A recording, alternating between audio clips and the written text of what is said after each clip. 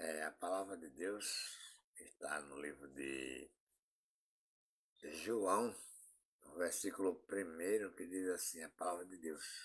Capítulo 1, versículo 1, que diz logo: No princípio era o Verbo, e o Verbo estava com Deus, e o Verbo era Deus.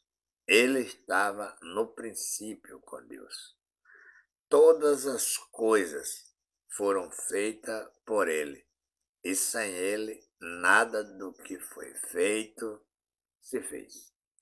Aqui eu quero meditar nesses dois versículos, né? Que é o versículo 1, versículo 2 e o versículo 3, não é isso? É a palavra de Deus sem desdrobo, sem engano. Acredita os crentes nos pastores que vai haver uma vinda de Jesus e vai levar esses crentes para o céu para morar com Jesus, por causa que a Bíblia diz que Jesus vai voltar, né? Só que eles não analisam o tempo dessa vinda de Jesus. No Velho Testamento falava na vinda de Jesus. Malaquias, no livro do profeta Malaquias, fala grandemente nesta vinda do Senhor, né? Muito antes da vinda de Jesus. Malaquias citava essa vinda de Jesus, que era a vinda do Senhor. Aí, se você for olhar dentro dos livros de Paulo, aí nos está falando dessa vinda do Senhor, né? Jesus, na sua pregação, falava na vinda do Senhor, né? Mas nunca foi manifestado a palavra de que um homem ia e voltava.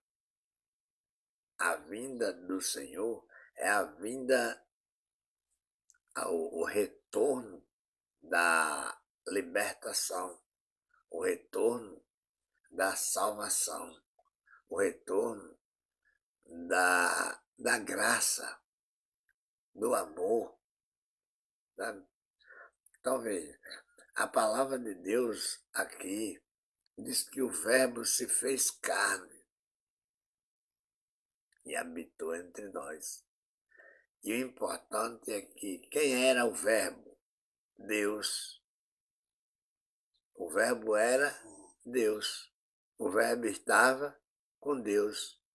Então, isso quer dizer que Jesus encarnado, ele era Deus encarnado.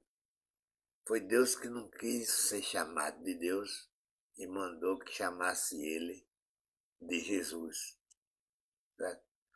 Então, se Deus preferiu que chamasse ele de Jesus, ele em carne, que veio salvar o mundo, que veio resgatar o povo do castigo da lei de Moisés, porque era 613 pontos a lei de Moisés, e necessitava de um homem morrer como um cordeiro, porque os homens matavam cordeiro, matavam boi para perdão de pecado, mas isso não foi alcançado, porque necessitava de um sangue de uma pessoa inocente também, limpo, que não tinha pecado, e as pessoas todas eram pecadoras.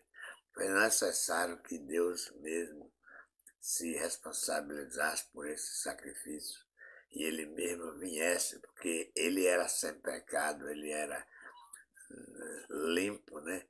Um cordeiro preparado para ser morto e dar salvação para todas as pessoas, para que as pessoas não participassem mais de mandamentos da lei de Moisés. E isso aconteceu, mataram, pregaram em cruz, mas ao terceiro dia ele ressuscitou e está vivo, e ele não vem, ele já está, nós somos o templo e morada do Espírito.